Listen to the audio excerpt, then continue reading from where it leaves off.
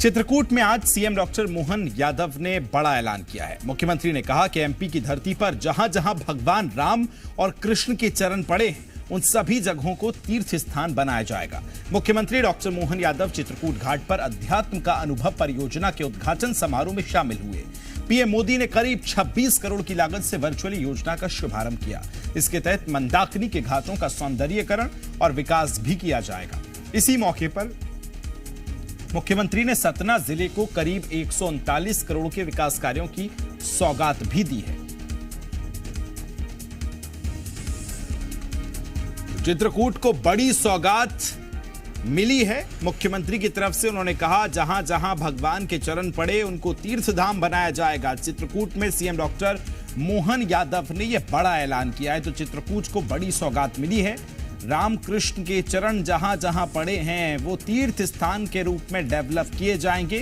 तो देखिए किस तरह से धार्मिक स्थलों को लेकर सरकार अब एक्टिव नजर आ रही है। उनका पुनर्विकास, उनका निर्माण, उनका जीर्णोद्धार किस तरह से किया जाए, इस पर विशेष फोकस सरकार का नजर आ रहा है। ऐसे बदलते समय में अगर हम यह बात कर रहे हैं भगवान राम के इस देवस्थान को, हमने तो सरकार बनने के बाद ही निर्णय किया है कि हाँ, हमको हमारी सनातन संस्कृति पे गर्व है। हाँ, हम भगवान राम और कृष्ण को मानने वाले हैं। हाँ, हम इनके मामले में कोई कॉम्प्रोमाइज नहीं करेंगे। हमने कहा है कि जहां जहां मध्य प्रदेश की धरती पर भगवान श्री राम, भगवान कृष्ण के चरण पड़े, प्रत्येक स्थान को तीर्थ बनाकर छोड़ेंगे, प्रत्येक स्थान को आदर्श रूप में विकसित करेंगे। तो आप सुन रहे थे डॉक्टर मोहन यादव, किस तरह से उन्होंने बताया कि चित्रकूट को बड़ी सौगात उन्होंने दी है। साथ ही पीएम मोदी ने वर्चुअली शुभारंभ भी इसका किया है। सीएम ने सतना को 139 करोड़ के विकास कार्यों की सौगात सौंपी है।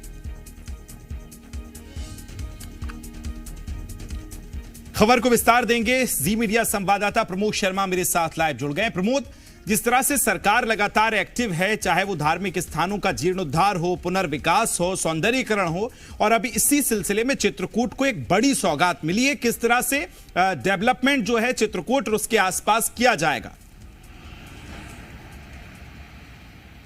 देखिए, मध्य प्रदेश की जनता है उसका सेंटीमेंट्स जो है वो धार्मिक का आधार वाला है।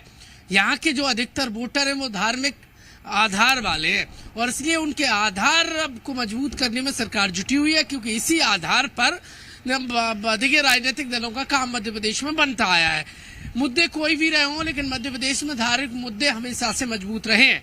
लिहाजा आप देखेंगे चाहे महाकाल कॉरिडोर हो या फिर दूसरे बड़े मुद्दे हों जो धर्म से जुड़े हैं, वो हमेशा एमपी में हावी रहे, चाहे वो गाय वाला मुद्दा हो। और अब चित्रकूट जो मंदाकिनी नदी के किनारे बसा है जी, जहां पर राम ने देखिए कठिन समय बिताया है, अब वहां पर सरकार ने एक बड़ा ऐलान किया है और कामतगिर के परिक्रमा के आसपास और बाकी और जो तट हैं उनको बहुत ज्यादा व्यवस्थित किया जाएगा, विकसित किया जाएगा और राम पथ गमन पर काम किया जाएगा। कुल मिलाकर इस लोकसभा चुनाव की सरगर्मी के बीच में सरकार राम मंदिर के बाद में पथ की ओर अग्रसर नजर आ रही है। मध्य प्रदेश में आप देखेंगे तो जहां जहां से राम देखिए गुजरे हैं, जो चिन्ह हैं, उनको अब विकसित करने में सरकार जुट गई है, क्योंकि पहले राम मंदिर का मुद्दा खूब छाया रहा और राम पथ गमन को लेकर मध्य प्रदेश में सियासत खूब होती रही है। लेकिन अब सरकार ने विकसित करने का जो फैसला लिया है वो आगे बढ़े हैं सरकार जिस तरीके से, उस पर सियासत लाजमी आगामी दिनों में होगी।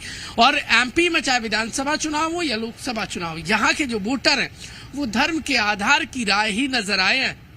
बिल्कुल, लेकिन प्रमोद ये भी आपसे जानना चाहूंगा, आपने जिक्र इंदौर का भी किया और खासकर सरकार धार्मिक जो स्थान हैं उनके जीर्णोद्धार पुनर्विकास के लिए लगातार लगी हुई नजर आ रही है। अब चित्रकूट को हालांकि ये विशेष सौगात मिली है। प्रधानमंत्री पिछले दिनों वहां पहुंचे थे, तब भी उन्होंने कहा था कि नए सिरे से इसको विकसित किया जाएगा। फिलहाल बहुत शुक्रिया तमाम जानकारी साझा करने के लिए प्रमोद आपका।